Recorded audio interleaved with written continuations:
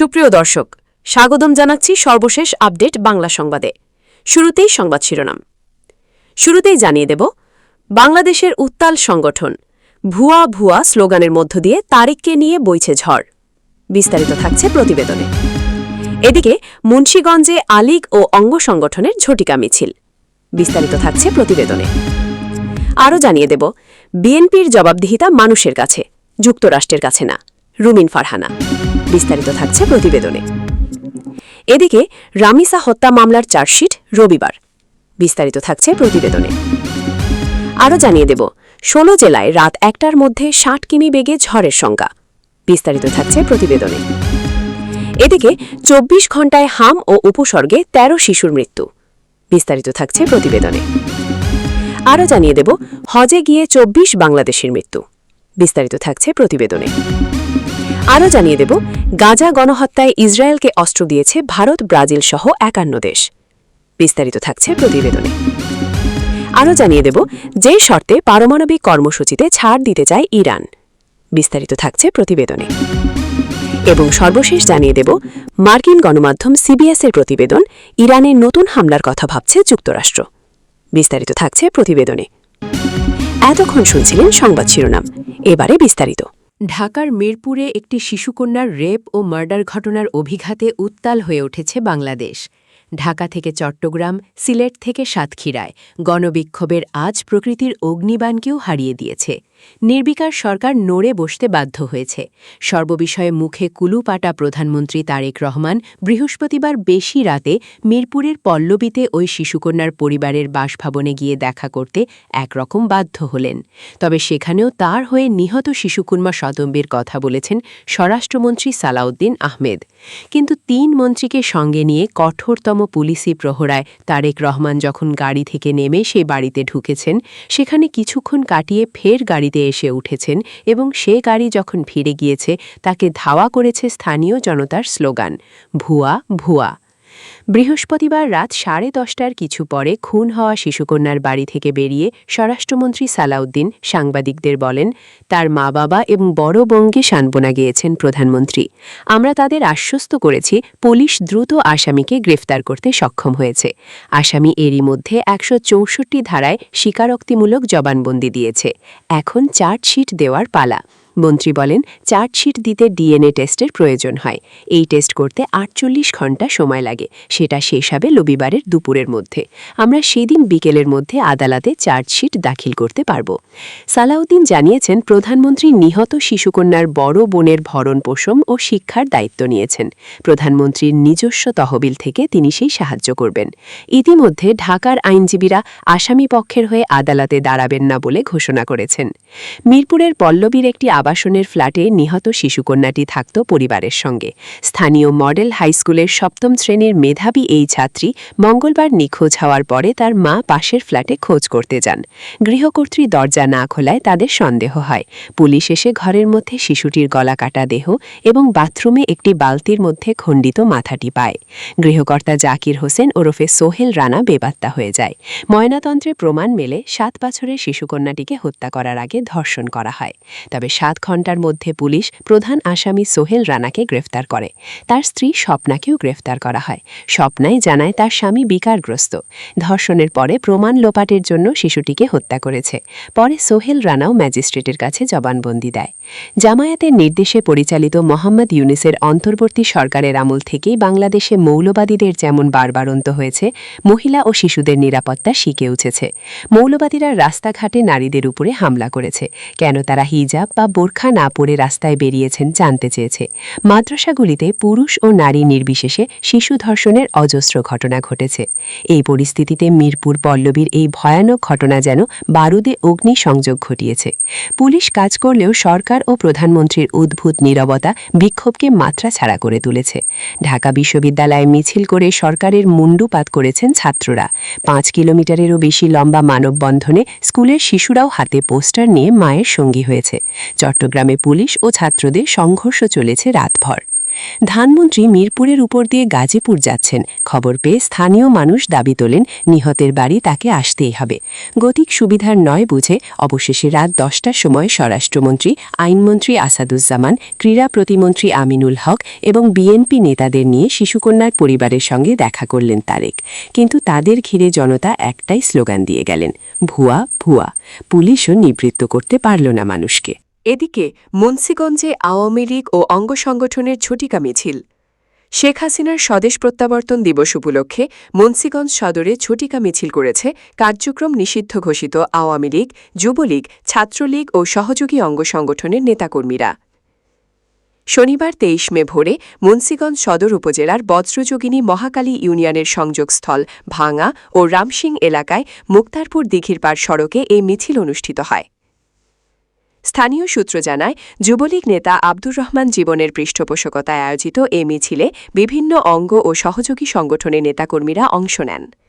মিছিল চলাকালে তারা জয় বাংলা সহ শেখ হাসিনার দেশে আগমন সংবলিত বিভিন্ন স্লোগান দেন। এ বিষয়ে মুন্সিগঞ্জ সদর থানার ভারপ্রাপ্ত কর্মকর্তা ওসি মোহাম্মদ মমিদুল ইসলাম বলেন, বিষয়টি আমাদের নজরে এসেছে। কে বা কারা কোথায় মিছিল করেছে তা এখনও নিশ্চিত হওয়া যায়নি। বিভিন্ন অ্যাপসের মাধ্যমে বিষয়টি শনাক্তের চেষ্টা চলছে। আরও জানিয়ে দেব, বিএনপির জবাবদিহিতা মানুষের কাছে, যুক্তরাষ্ট্রের কাছে না। রুমিন ফারহানা।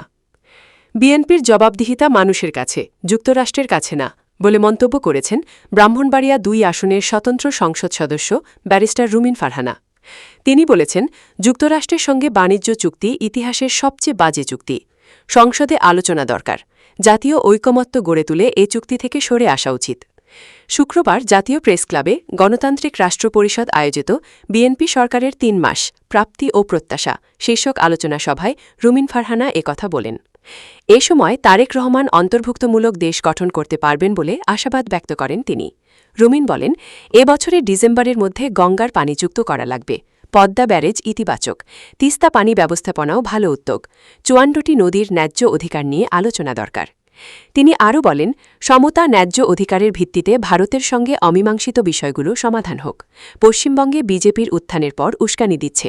আমরা তাদের এসব ফাঁদে পা দেব না। এতে আমাদেরই বিপদ হবে। এদিকে রামিসা হত্যা মামলার চার্জশিট রবিবার।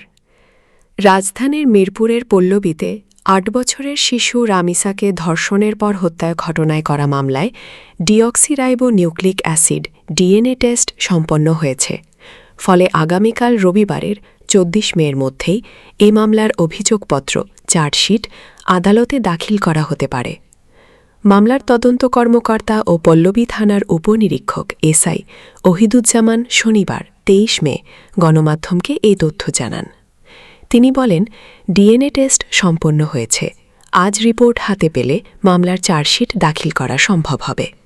আশা করছি আগামীকালেই আদালতে চার্জশিট জমা দিতে পারব।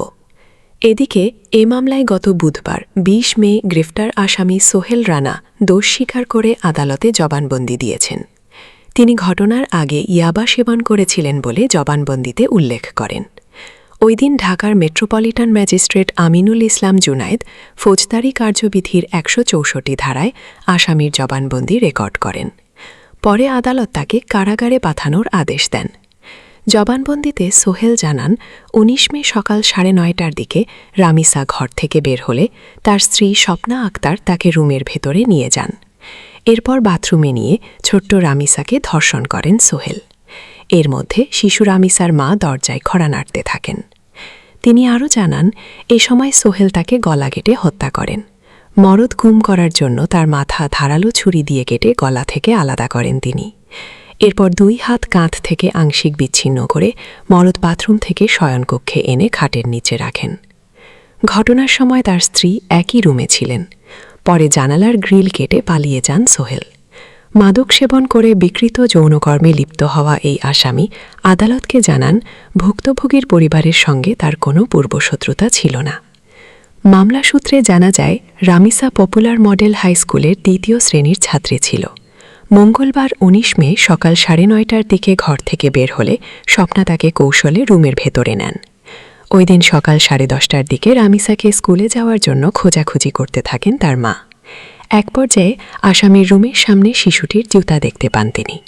ডাকাডাকির পর কোনো সাড়া শব্দ না পেয়ে রামিসার বাবা মা এবং অন্যান্য ফ্ল্যাটের লোকজন দরজা ভেঙে ভেতরে প্রবেশ করেন। এরপর আসামি শয়নকক্ষের মেঝেতে রামিসার মস্তকবিহীন মরদ এবং মাথা রুমের ভেতরে একটি বড় বালতির মধ্যে দেখতে পান। জাতীয় জরুরি সেবা 999-এর মাধ্যমে কল পেয়ে পুলিশ ঘটনাস্থলে গিয়ে স্বপ্নাকে হেফাজতে নেয়।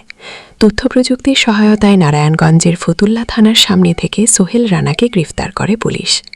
ওই দিন দুপুরে তাদের ঢাকার চিফ মেট্রোপলিটন ম্যাজিস্ট্রেট আদালতে হাজির করা হয়। এরপর আদালতে পৃথক দুটি আবেদন করেন মামলার তদন্তকারী কর্মকর্তা। এর মধ্যে একটি আবেদন আসামি সোহেলের স্বীকারোক্তিমূলক জবানবন্দি রেকর্ড করার ও অপর আবেদনে সোহেলের স্ত্রী স্বপ্নাকে কারাগারে আটক রাখার আর্জি জানানো হয়। এদিকে আইনমন্ত্রী মোহাম্মদ আসাদুজ্জামান বলেছেন, শিশু রামিসা হত্যা মামলায় ডিএনএ টেস্টের রিপোর্ট ৭২ ঘণ্টার মধ্যে পেলে ঈদের আগেই মামলার চার্জশিট দেওয়া হবে। আজ শনিবার গণমাধ্যমকে তিনি এ কথা বলেন। আরও জানিয়ে দেব, ১৬ জেলায় রাত ১টার মধ্যে ৬০ কিমি বেগে ঝড়ের সংখ্যা। দেশের ১৬ জেলায় ৬০ কিলোমিটার বেগে ঝড় বয়ে যেতে পারে। একই সঙ্গে বৃষ্টি বা বজ্রসহ বৃষ্টিরও আশঙ্কা রয়েছে। শনিবার বিকাল ৩টা থেকে দিবাগত রাত ১টা পর্যন্ত দেশের অভ্যন্তরীণ নদী বন্দরগুলোর জন্য আবহাওয়া অধিদপ্তরের দেওয়া সতর্কবার্তায় এ তথ্য জানানো হয়।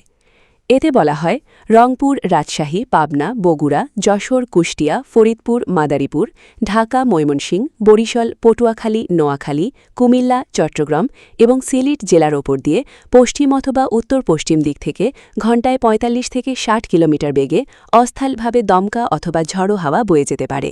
এই সময় বৃষ্টি অথবা বজ্রসহ বৃষ্টির সংখ্যা রয়েছে, তাই এসব এলাকার নদীবন্দরগুলোকে ১ নম্বর সতর্ক সংকেত দেখাতে বলা হয়েছে। এদিকে ২৪ ঘণ্টায় হাম ও উপসর্গে ১৩ শিশুর মৃত্যু।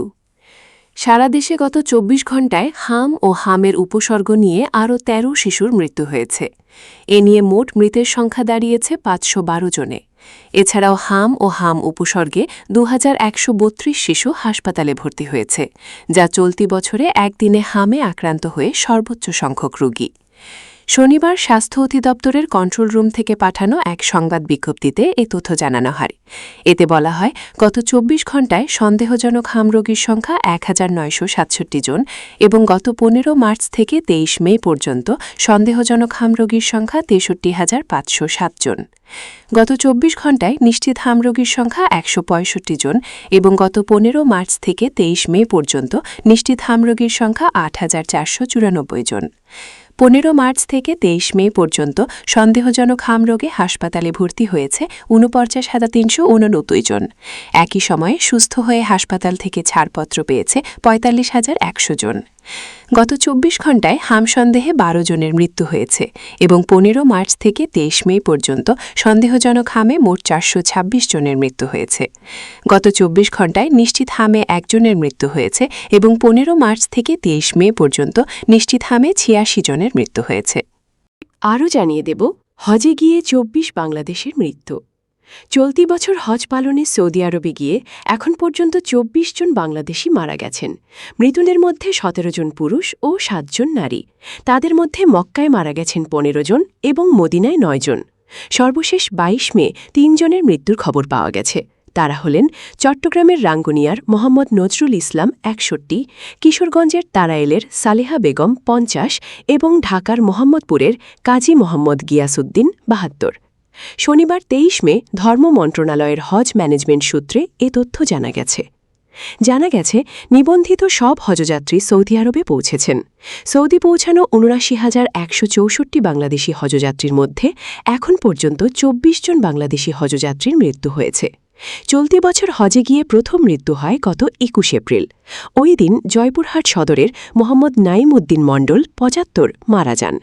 এরপর ২২ এপ্রিল টাঙ্গাইল সদরের মোহাম্মদ আবুল কাশেম ৭০, ২৫ এপ্রিল ময়মনসিংহের পাগলার মোহাম্মদ সিরাজুল হক ৬৬ এবং ২৬ এপ্রিল দিনাজপুরের বিরামপুরের মোহাম্মদ খলিলুর রহমান ৬৪ মারা যান। এছাড়া ২৭ এপ্রিল শেরপুরের শ্রীবর্ধির মোহাম্মদ আবদুল্লাহ আল মামুন ৫৮ ও জামালপুরের মাদারগঞ্জের মোহাম্মদ আব্দুল হাই ৬১। 28 এপ্রিল রংপুর কোতোয়ালি মেট্রোর মোহাম্মদ শামসুল আলম 63, 3 মে চাঁপাইনবাবগঞ্জ সদর মডেলের মাহফুজা বেগম 52 ও ফরিদপুর সদরের মোহাম্মদ নাসিরউদ্দিন বিশ্বাস 58, 4 মে ঠাকুরগাঁওয়ের হরিপুরের মোসা নীলুফা বেগম 57, 8 মে দিনাজপুরের নবাবগঞ্জের মোহাম্মদ আজহারুল হক 64 এবং যশোর কোতোয়ালির মোহাম্মদ আব্দুল মতিন 54 মারা যান। আরও পড়ুন রোহিঙ্গা সংকট নিরসন ও জাতিসংঘ শান্তিরক্ষা মিশনে সহযোগিতা জোরদারের আহ্বান। এছাড়া 11 মে ঢাকার সাভারের নুসরাত শারমিন 62, 12 মে গাজীপুর সদরের নাসরিন জাহান 37, 15 মে টাঙ্গাইলের গোপালপুরের মোহাম্মদ এ মজিদ 75, 16 মে ঢাকা তেজগাঁওয়ের এনএম মনিরুল হক 44, 17 মে ফেনীর সোনাগাজীর সাজেদা বেগম 56, 18 মে নরসিংদীর শিবপুরের মোহাম্মদ আজিজুর রহমান 66, 20 মে কুষ্টিয়ার দৌলতপুরের মোহাম্মদ কামাল হোসাইন 61 এবং সিরাজগঞ্জের বেলকুচির মোহাম্মদ জাকির হোসাইন 62 এবং 21 মে নোয়াখালীর বেগমগঞ্জের সুলতানা চৌধুরী 79 মারা যান। সৌদি আরবের আইন অনুযায়ী হজ করতে গিয়ে কেউ মারা গেলে তার মরদেহ সেখানে দাফন করা হয়। মরদেহ নিজ দেশে নেওয়ার অনুমতি দেওয়া হয় না, এমনকি পরিবারের আপত্তিও গ্রহণ করা হয় না। হজযাত্রীদের সৌদি আরবে যাওয়ার ফ্লাইট গত 18 এপ্রিল শুরু হয়।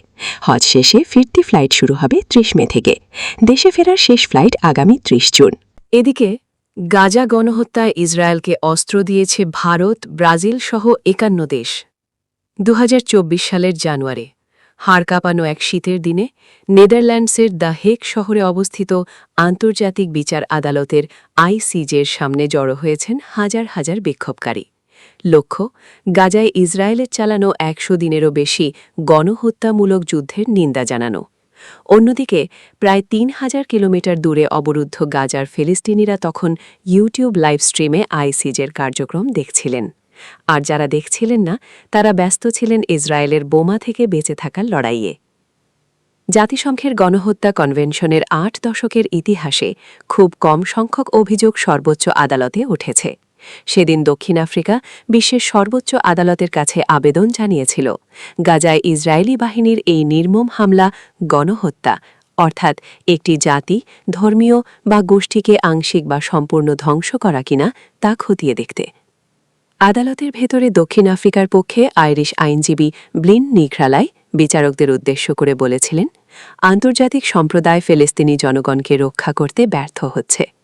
এটি ইতিহাসের প্রথম গণহত্যা যেখানে ভুক্তভোগীরা নিজেরাই নিজেদের ধ্বংসের দৃশ্য রিয়েল টাইমে অর্থাৎ সরাসরি সম্প্রচার করছে, এই আশায় যদি বিশ্ববাসী কিছু একটা করে। তিনি আদালতকে জানান, গাজায় প্রতিদিন গড়ে 247 জন ফিলিস্তিনি নিহত হচ্ছেন, যার মধ্যে প্রতি ঘণ্টায় 2 জন করে মোট 48 জন মা এবং প্রতি ঘণ্টায় 5 জন করে 117 জনেরও বেশি শিশু রয়েছে। হামলা শুরুর পর ততদিনে নিহতের সংখ্যা ছাড়িয়েছে 7000। 2024 সালের 26 জানুয়ারি আইসিজে তার অন্তর্বর্তীকালীন রায়ে গাজায় গণহত্যার স্পষ্ট ও বাস্তব ঝুঁকি রয়েছে বলে জানায় এবং ইসরায়েলকে হামলা বন্ধের নির্দেশ দেয়। একই সঙ্গে আদালত গণহত্যা কনভেনশনের স্বাক্ষরকারী 153টি দেশকে তাদের আইনি বাধ্যকতার কথা স্মরণ করিয়ে দিয়ে বলে, গণহত্যা প্রতিরোধে সদস্য দেশগুলোকে কার্যকর পদক্ষেপ নিতে হবে। কিন্তু আদালতের সেই সতর্কবার্তার পরও পরবর্তী 22 মাস ধরে গাজায় হত্যাযজ্ঞ চলতেই থাকে। অবশেষে 2025 সালের অক্টোবর মাসে একটি ভঙ্গুর যুদ্ধবিরতি হয়।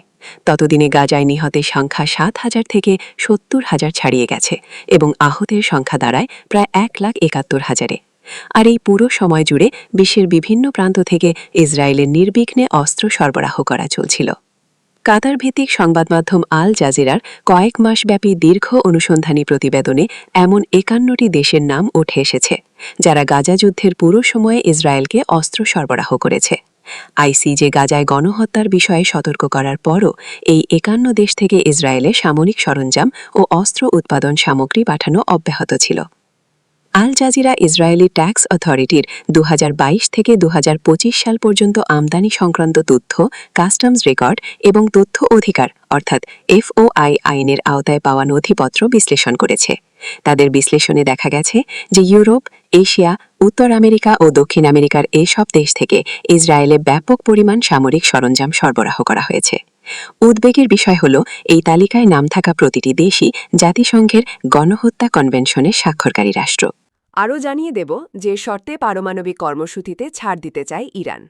ইরান তাদের পারমাণবিক কর্মসূচি নিয়ে সমঝোতায় যেতে এবং কিছু ছাড় দিতে প্রস্তুত রয়েছে, তবে এর বিনিময়ে তেহরানেরও গুরুত্বপূর্ণ কিছু শর্ত রয়েছে বলে জানিয়েছেন তেহরান বিশ্ববিদ্যালয়ের সহযোগী অধ্যাপক ফুয়াদ ইজাদি। কাতার ভিত্তিক আল জাজিরাকে দেওয়া এক সাক্ষাৎকারে ইজাদি বলেন, অতীতেও ইরান এই ধরনের সমঝোতায় সম্মত হয়েছিল এবং 2015 সালের পারমাণবিক চুক্তি তার সবচেয়ে বড় উদাহরণ। তিনি বলেন, ইরান ঠিক এই কাজটি 2015 সালে করেছিল। ইজাদির ভাষ্য অনুযায়ী 2015 সালে স্বাক্ষরিত পারমাণবিক চুক্তির আওতায় ইরান ইউরেনিয়াম সমৃদ্ধকরণের মাত্রা 3.67% সীমাবদ্ধ রাখতে সম্মত হয়েছিল। তার মতে এই মাত্রায় পারমাণবিক অস্ত্র তৈরি সম্ভব নয়। তিনি আরও বলেন, ওই চুক্তির অংশ হিসেবে আন্তর্জাতিক আণবিক শক্তি সংস্থার IAEA এর ব্যাপক পরিদর্শন ব্যবস্থাও চালু করা হয়েছিল, যাতে ইরানের পারমাণবিক কার্যক্রম নিবিড়ভাবে পর্যবেক্ষণ করা যায়। ফোয়াদ ইজাদি বলেন, পারমাণবিক ইস্যু এখনও আলোচনার জন্য উন্মুক্ত রয়েছে এবং এই বিষয়ে ইরান নমনীয় অবস্থান নিতে প্রস্তুত। তার ভাষায়, পারমাণবিক ইস্যু নিয়ে আলোচনা সম্ভব, ইরান সেখানে ছাড় দিতে প্রস্তুত। তিনি বলেন, যদি মার্কিন প্রেসিডেন্ট ডোনাল্ড ট্রাম্পের মূল উদ্দেশ্য হয় ইরানকে পারমাণবিক অস্ত্র অর্জন থেকে বিরত রাখা, তাহলে সেই লক্ষ্য অর্জনের কাঠামো আগেই তৈরি হয়েছিল। তবে ইজাদি স্পষ্ট করে বলেন, ইরানের পক্ষ থেকে যে কোনো পারমাণবিক ছাড়ের বিনিময়ে যুক্তরাষ্ট্রকে নিষেধাজ্ঞা শিথিল করতে হবে এবং জব্দ বা স্থগিত থাকা ইরানের সম্পদ মুক্ত করতে হবে। তিনি বলেন, তেহরান এটাই প্রত্যাশা করছে। তার মতে, ইরানের জন্য এসব বিষয় কোনো গৌণ ইস্যু নয়, বরং যে কোনো সম্ভাব্য চুক্তির কেন্দ্রীয় অংশ। বিশ্লেষকদের মতে, ইরানের এই অবস্থান ইঙ্গিত দিচ্ছে যে তেহরান এখনও কূটনৈতিক সমাধানের পথ পুরোপুরি বন্ধ করেনি, তবে নিষেধাজ্ঞা প্রত্যাহার ও আর্থিক সুবিধা নিশ্চিত না হলে নতুন কোনো সমঝোতায় পৌঁছানো কঠিন হবে। 2015 সালের ঐতিহাসিক পারমাণবিক চুক্তি, যা joint comprehensive plan of action JCPOA নামে পরিচিত, থেকে যুক্তরাষ্ট্র 2018 সালে ট্রাম্প প্রশাসনের সময় বেরিয়ে যাওয়ার পর দুই দেশের সম্পর্ক আবারও তীব্র উত্তেজনার মুখে পড়ে। এরপর থেকে ইরান ধাপে ধাপে চুক্তির সীমাবদ্ধতাগুলো থেকে সরে আসতে শুরু করে। এদিকে মার্কিন গণমাধ্যম CBS-এর প্রতিবেদন, ইরানে নতুন হামলার কথা ভাবছে যুক্তরাষ্ট্র। যুক্তরাষ্ট্র ইরানের বিরুদ্ধে নতুন করে সামরিক হামলার বিষয় ভাবছে বলে কয়েকটি মার্কিন গণমাধ্যমে খবর প্রকাশিত হয়েছে। শুক্রবার 22 মে CBS ও Axios-এর প্রতিবেদনে বলা হয়, মার্কিন প্রেসিডেন্ট ডোনাল্ড ট্রাম্প তার ছেলের বিয়েতে যোগ দিতে এ সপ্তাহান্তে সফরে না যাওয়ার ঘোষণা দেওয়ার কয়েক ঘণ্টার মধ্যে এ খবর সামনে আসে। ট্রাম্প বলেন, সরকার সংশ্লিষ্ট পরিস্থিতি ও মার্কিন যুক্তরাষ্ট্রের প্রতি তার ভালোবাসা ও দায়িত্ববোধের কারণে তার পক্ষে এই অনুষ্ঠানে যোগ দেওয়া সম্ভব হচ্ছে না। তিনি আরও বলেন, হোয়াইট হাউসে গুরুত্বপূর্ণ সময় পার করার জন্য ওয়াশিংটন ডিসি অবস্থান করা আমার জন্য অত্যন্ত গুরুত্বপূর্ণ। তবে Axios ও CBS উভয়ই জানিয়েছে, ইরানে নতুন হামলার বিষয়ে এখনও চূড়ান্ত কোনো সিদ্ধান্ত হয়নি। প্রতিবেদনে বলা হয়েছে, আলোচনা এখনও চলমান রয়েছে। যুক্তরাষ্ট্র ও ইরানের মধ্যে মধ্যস্থতাকারীর ভূমিকা পালন করা পাকিস্তান সমঝোতার চেষ্টা হিসেবে তাদের সেনাপ্রধানকে তেহরানে পাঠিয়েছে। ফরাসি বার্তা সংস্থা AFP এ বিষয়ে জানতে চাইলে হোয়াইট হাউস কোনো মন্তব্য করেনি। CBS জানিয়েছে, হোয়াইট হাউসের মুখপাত্র আনা কেলি বলেছেন, ইরান যদি কোনো চুক্তিতে পৌঁছাতে ব্যর্থ হয় তাহলে তার পরিণতি কী হতে পারে সে বিষয়ে প্রেসিডেন্ট স্পষ্ট অবস্থান জানিয়েছেন। শুক্রবার সকালে হোয়াইট হাউস ট্রাম্পের সপ্তাহান্তের পরিকল্পনায় পরিবর্তনের ঘোষণা দিয়ে জানিয়েছে, তিনি পূর্ব পরিকল্পনা অনুযায়ী নিউ জার্সির গলফ রিসোর্টে যাচ্ছেন না। তিনি যুক্তরাষ্ট্রের রাজধানী ওয়াশিংটনেই অবস্থান করবেন। শুক্রবার নিউ ইয়র্ক অঙ্গরাজ্য সফর শেষে ফেরার সময় ট্রাম্প সাধারণত যেভাবে সাংবাদিকদের প্রশ্নের উত্তর দেন, এবার তা করেননি। Axios দুইটি অজ্ঞাত সূত্রের বারাত দিয়ে জানিয়েছে, গত কয়েকদিনে ইরানকে ঘিরে চলমান আলোচনা নিয়ে ট্রাম্প ক্রমেই হতাশ হয়ে পড়ছেন।